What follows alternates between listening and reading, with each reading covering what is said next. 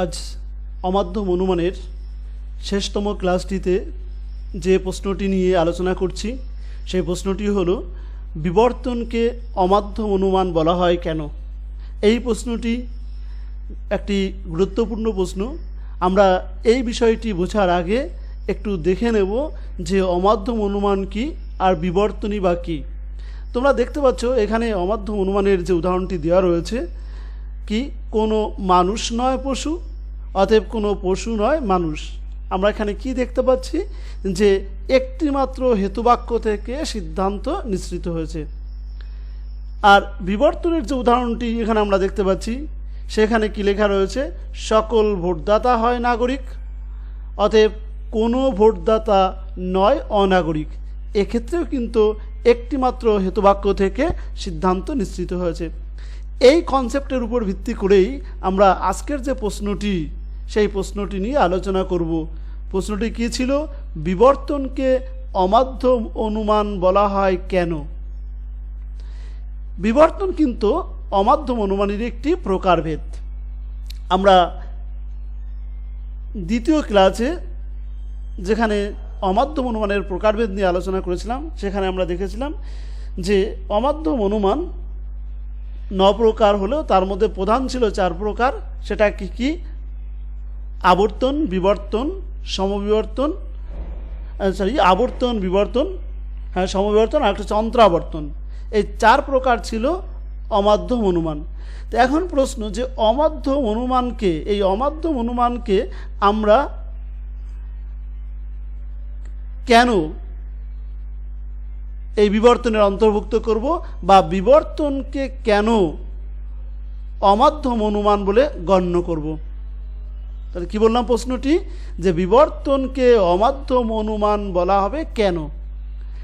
আমরা উপরের উদাহরণে দেখতে পাচ্ছি যে অমাধ্যম অনুমানের ক্ষেত্রে যেমন একটি বাক্য থেকে সিদ্ধান্ত নিঃসৃত হয়, বিবর্তনের ক্ষেত্রেও কিন্তু ঠিক তেমনি একটি মাত্র হেতুবাক্য থেকে কি হচ্ছে, সিদ্ধান্ত বাক্য নিঃসৃত হচ্ছে না। এই কারণেই আমরা কি বলবো, অমাধ্যম বিবর্তনকে অমাধ্যম অনুমান বলে গণ্য করব। দেখো এখানে সেটাই লিখেছি যে অমাধ্যম অনুমানের একটি বৈশিষ্ট্য হলো যে এক্ষেত্রে একটি মাত্র হেতুবাক্য থেকে সিদ্ধান্ত নিঃসৃত হয়। বিবর্তনের ক্ষেত্রেও এরূপ একটি মাত্র হেতুবাক্য থেকে সিদ্ধান্ত নিঃসৃত হয়। এজন্য বিবর্তনকে অমাধ্যম অনুমান বলা হয়। আর একবার একটু উপরের উদাহরণটা দেখো যে অমাধ্যম অনুমানে কটা বাক্য থেকে সিদ্ধান্ত নিঃসৃত হয়েছে, একটি বাক্য থেকে। কোনো মানুষ নয় পশু, অতএব কোনো পশু নয় মানুষ। বিবর্তনের ক্ষেত্রে কটা বাক্য থেকে সিদ্ধান্ত নিঃসৃত হয়েছে, একটি বাক্য থেকে। কি রয়েছে, সকল ভোটদাতা হয় নাগরিক, অতএব কোনো ভোটদাতা নয় অনাগরিক।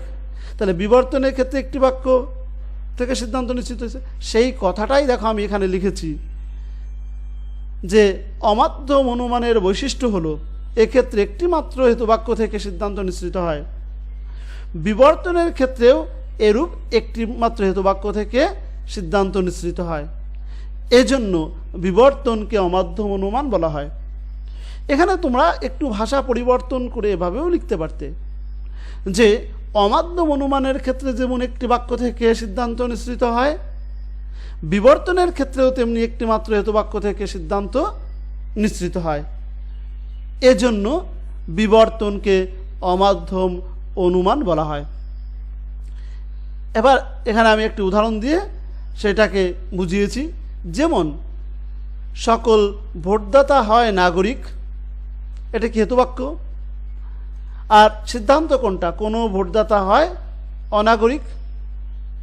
এই অমাধ্যম অনুমানের মতো এক্ষেত্রে সকল ভোটদাতা হয় নাগরিক, এই একটি হেতুবাক্য থেকে সিদ্ধান্ত কোনো ভোটদাতা নয় অনাগরিক নিঃসৃত হয়েছে।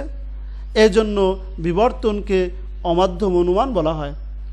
তবে যদি এক্ষেত্রে দেখো যে 2 মার্কের কোশ্চেন এসেছে, তাহলে কিন্তু পুরোটা লিখতে হবে না, শুধু এই প্রথম এটুক লিখে দেবে তো যদি বড় প্রশ্ন হয়, 3 বা 4 মার্কের কোশ্চেন হয়, তবেই কিন্তু তুমি প্রথমটা উদাহরণ দেবে এবং তার ব্যাখ্যা করবে। আর না হলে এটা দাও, এটা দেওয়ার পরে এই প্রশ্নটা দেওয়ার পরে উদাহরণটা দিয়ে দাও, ব্যাস কমপ্লিট। উপরের টুক লেখো, যেমন লেখো, যেমন দিয়ে উদাহরণটা দিয়ে কমপ্লিট করে দাও, তাতে আমাদের 2 মার্কের সম্পূর্ণ হয়ে যাবে। আর কি বললাম, যদি দেখো 3 মার্ক কিংবা 4 মার্কে আসে, তাহলে উদাহরণটা দিয়ে এই উদাহরণের ব্যাখ্যাটা দিয়ে দেবে। যে কারণের জন্য দেখো আমি এইটুককে এই ব্র্যাকেটের মধ্যে রেখে দিয়েছি, যে 2 মার্কের বেশি আসলে এটা তোমরা লিখবে, না হলে লিখবে না। নেক্সট, পরবর্তী প্রশ্ন। এই প্রশ্নটা কিন্তু তোমরা করবে, তোমরা করে আমাকে পাঠাবে একই রকমভাবে 2 মার্কের অ্যান্সার লিখে আমাকে পাঠাবে। আবর্তনকে অমাধ্যম অনুমান বলা হয় কেন? এক্ষেত্রে আমরা কিভাবে লিখব? ঠিক আগের অ্যান্সারটার মতোই আমরা লিখব যে অমাধ্যম অনুমানের বৈশিষ্ট্য হলো এক্ষেত্রে একটি মাত্র হেতুবাক্য থেকে সিদ্ধান্ত নিঃসৃত হয়। এই বিবর্তন যেখানে লেখা আছে, এখানে আবর্তন কথাটা লিখবে। আবর্তনের ক্ষেত্রেও এরূপ একটি মাত্র হেতুবাক্য থেকে সিদ্ধান্ত নিঃসৃত হয়, এজন্য। আর বিবর্তনের জায়গাতে কি লিখব? আবর্তন কথাটি লিখে দেব। এজন্য আবর্তনকে অমাধ্যম অনুমান বলা হয়। এই প্রশ্নটার অ্যান্সার তোমরা নিজেরা করবে। এইটুক লেখার পর যেমন দিয়ে, এখানে কিন্তু যে উদাহরণটা দেবে এই উদাহরণটা দেবে না, এখানে দেবে তোমরা আবর্তনের উদাহরণ। তোমরা আবর্তনের একাধিক উদাহরণ প্র্যাকটিস করেছো বা জানো, তোমরা কি করবে? এই বিবর্তনের জায়গায় আবর্তনের উদাহরণটা দিয়ে দেবে, তাহলে 2 মার্কের হবে। আর যদি ব্যাখ্যা দিতে হয়, একই রকমভাবে এটার মতন করে ব্যাখ্যাটা দিয়ে দেবে। তাহলে আমরা শিখলাম যেখান থেকে আবর্তনকে অমাধ্যম অনুমান বলা হয় কেন, যদি এই প্রশ্নটি আসে কি লিখতে হবে। আর যদি তোমরা দেখো এই জায়গাটি পারছো না, তাহলে আবার কি করবে? এই ভিডিওটাকে আবার একটু ব্যাক করে দেখো আমি কি বলেছি, সেটা শোনো, আবার লেখো। এখান থেকে আরেকটি কোশ্চেন, সেটি হলো অমাধ্যম অনুমানকে কি প্রকৃত অনুমান বলা যায়? ভাবো তো, অমাধ্যম অনুমান যেটা আমরা একটু আগে জানলাম, অমাধ্যম অনুমান কি? অমাধ্যম অনুমান হলো যদি একটি মাত্র হেতুবাক্য থেকে সিদ্ধান্ত নিঃসৃত হয়, তাহলে সেই অনুমান হবে অমাধ্যম অনুমান। এখন প্রশ্ন, অমাধ্যম অনুমানকে কি প্রকৃত অনুমান বলা যায়? অথবা দিয়ে হতে পারে অমাধ্যম অনুমানকে কি যথার্থ অনুমান বলা যায়? তাহলে এই প্রশ্নটার অ্যান্সার করতে গেলে আমাদের জানা দরকার যে প্রকৃত অনুমান বা যথার্থ অনুমান কাকে বলে, আমাদের সেটুকু আগে জানতে হবে। যে প্রকৃত অনুমানের বৈশিষ্ট্য কি, সেইটা কি অমাধ্যম অনুমানের মধ্যে আছে? যদি থাকে তাহলে বলা যাবে, যদি না থাকে তাহলে বলা যাবে না। দেখিনি আমাদের কি লিখবো অ্যান্সার। প্রথমে আমরা জেনে নিই যে অমাধ্যম অনুমানকে প্রকৃত অনুমান বলা যায় কি না, এ নিয়ে কিন্তু যারা দার্শনিক বা যারা যুক্তিবিজ্ঞানী তাদের মধ্যে মতভেদ রয়েছে। কেউ বললেন অমাধ্যম অনুমান প্রকৃত অনুমান, কেউ কেউ বললেন অমাধ্যম অনুমান প্রকৃত অনুমান নয়। অমাধ্যম অনুমান প্রকৃত অনুমান নয়, একথা খুব জোরালোভাবে বলেছেন 2 জন দার্শনিক। একজন হলো মিল, অন্যজন হলেন বেইন। এই 2 জন বলেন যে এই অমাধ্যম অনুমান প্রকৃত অনুমান নয়। তার কারণ কি না, অমাধ্যম অনুমান প্রকৃত অনুমান নয় এই কারণের জন্যই, অনুমানের যে বৈশিষ্ট্য, সেই বৈশিষ্ট্যগুলো কিন্তু অমাধ্যম অনুমানের মধ্যে নেই যথার্থভাবে। সেই বৈশিষ্ট্য দুটো কি কি? তাহলে অমাধ্যম অনুমানের অনুমানের দুটো বিশেষ বৈশিষ্ট্য হলো যে সেই ক্ষেত্রে আমরা জানা বিষয় থেকে অজানা বিষয়ের জ্ঞান লাভ করি। এই বিষয়টা একটু বুঝিয়ে দিই। জানা বিষয় থেকে অজানা বিষয়ের জ্ঞান লাভ কীভাবে করি? আমি যদি দেখি যে প্রথমে একজন ব্যবসায়ীর কাছে গেলাম, বুঝতে পারলাম তিনি অসৎ।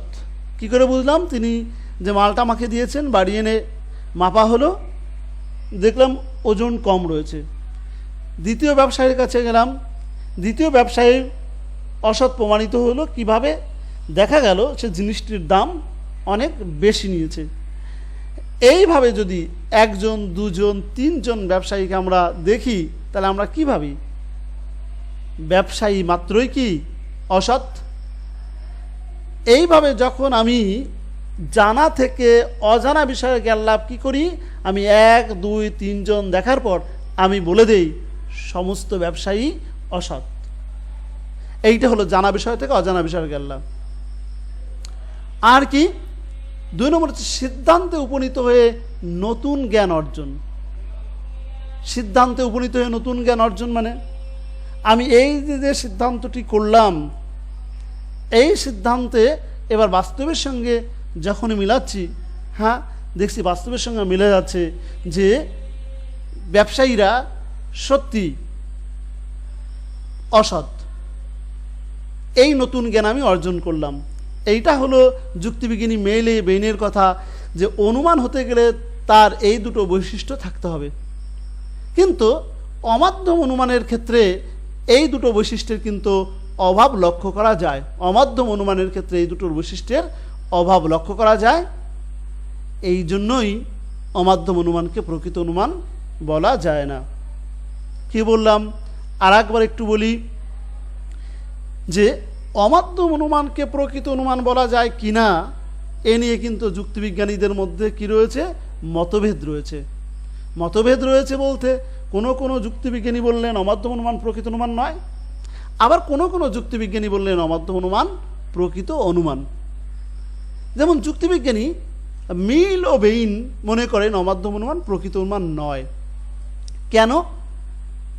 না, অমাধ্যম অনুমানের দুটো বিশেষ বৈশিষ্ট্য রয়েছে। সে বৈশিষ্ট্য দুটো কি কি? 1 নম্বর হচ্ছে জানা বিষয় থেকে অজানা বিষয়ের জ্ঞান লাভ, আর একটা হলো সিদ্ধান্তে উপনীত হয়ে কোনো নতুন জ্ঞান অর্জন করা।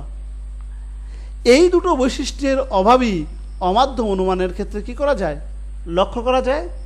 তাই অমাধ্যম অনুমানকে প্রকৃত অনুমান বলা যায় না।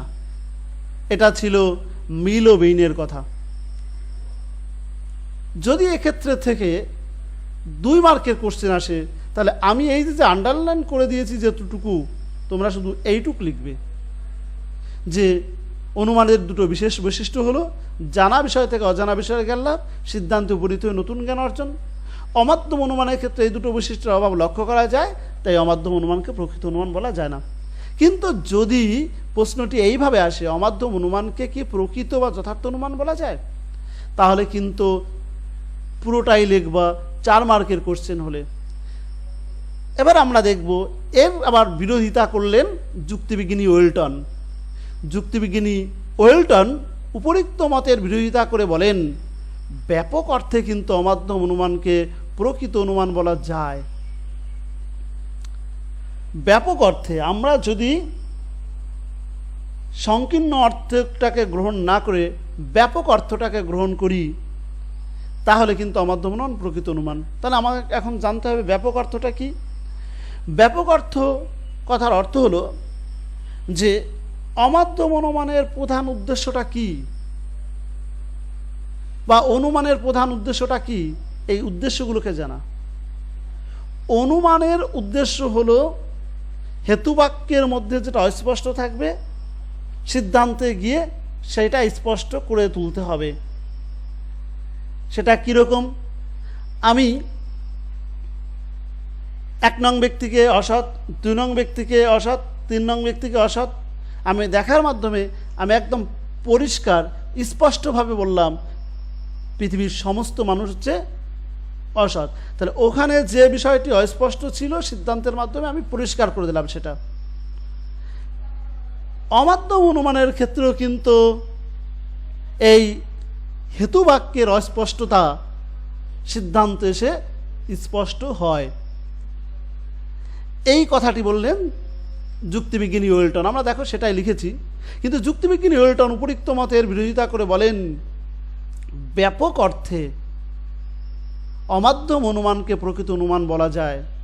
ব্যাপক অর্থ মিনস এখানে আমরা যদি এর উদ্দেশ্যের কথা ভাবি যে অনুমানের উদ্দেশ্যটা কি, তাহলে কিন্তু অমাধ্যম অনুমানকে প্রকৃত অনুমান বলা যায়। সেটা কেন না, কেননা অমাধ্যম অনুমানের ক্ষেত্রে হেতুবাক্যে যে সিদ্ধান্ত প্রচ্ছন্নভাবে থাকে, সিদ্ধান্তে সেটা স্পষ্টভাবে ব্যক্ত হয়। আর একটা বাক্য বলি, যেমন বললাম কোনো মানুষ নয় পশু, এটাকে আবর্তন করলে কি হবে? কোনো পশু নয় মানুষ। তাহলে ওখানে যেটা ছিল, এই সিদ্ধান্তের মাধ্যমে আমরা কিন্তু আরও পরিষ্কার করে জানতে পারলাম কোনো মানুষ যদি পশু না হয় তাহলে কোনো পশু মানুষ হবে না। তাহলে এই কথাটিকে আরও পরিষ্কার করে আমরা বুঝতে পারলাম সিদ্ধান্তের মাধ্যমে। সেটা এখানে বলেছি, অমাধ্যম অনুমানের ক্ষেত্রে হেতুবাক্যের যে সিদ্ধান্ত বা হেতুবাক্যে যে সিদ্ধান্ত প্রচ্ছন্নভাবে থাকে, সিদ্ধান্তে সেটি কি হয়? স্পষ্টভাবে ব্যক্ত হয়। এই দৃষ্টিকোণ থেকে অমাধ্যম অনুমানকে প্রকৃত বা যথার্থ অনুমান বলা যায়। ব্যাস আমরা জানলাম। এবার আমরা অন্যান্য দিনের মতো এখানে কয়েকটা হোমওয়ার্ক রয়েছে, এটা তোমরা করবে, করে আমাকে এটা আজকে সেন্ড করে দেবে। তাহলে হোমওয়ার্কগুলো আমি সঙ্গে সঙ্গে দেখে তোমাদের রেসপন্স করতে পারবো। কি কি রয়েছে হোমওয়ার্কগুলো? তোমরা প্রথমে এইগুলোকে নিজে নিজে করার চেষ্টা করো, আর যদি না পারো তাহলে দেখবে পরে আমি এগুলোকে বচনে কনভার্ট করে দিয়েছি, তোমরা সেটা শুনে এরপরে তোমরা আবর্তনটা করে আমাকে সেন্ড করো আমার নাম্বারে।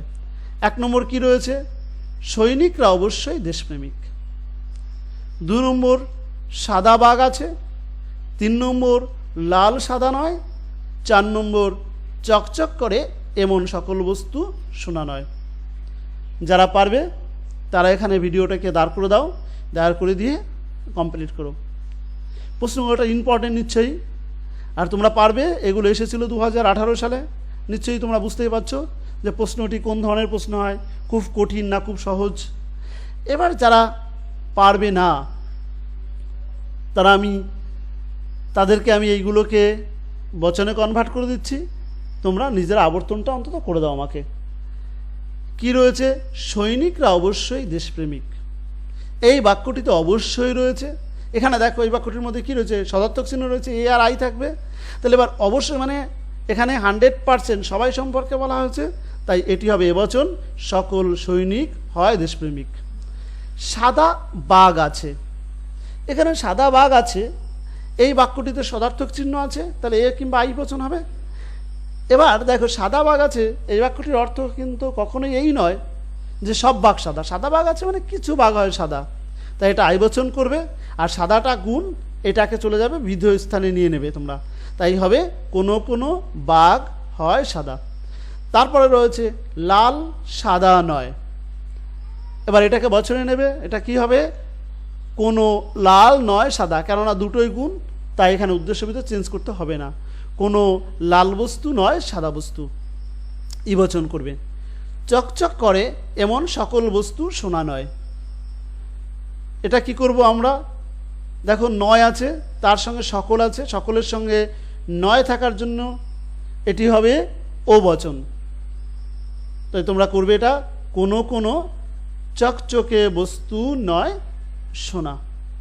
আমরা জানলাম আজকের কিছু গুরুত্বপূর্ণ প্রশ্ন, যেগুলো এখানে তোমাদের আবর্তন হিসাবে এসেছিল।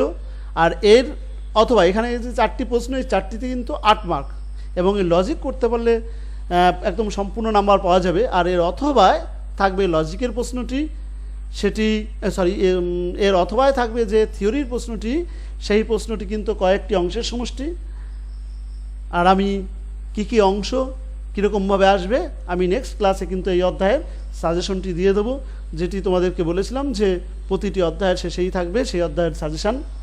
এই অধ্যায়ের শেষ হলো আজকে, আগামী দিন তোমরা এর সাজেশন পাবে এবং সঙ্গে সঙ্গে আরও জানতে পারবে কত নম্বর ক্লাসে কোন প্রশ্নের উত্তরটি রয়েছে, সেটা তোমরা লিখে আমাকে পাঠাবে। ওকে, আজকের ক্লাস এই পর্যন্তই। থ্যাংক ইউ সবাইকে।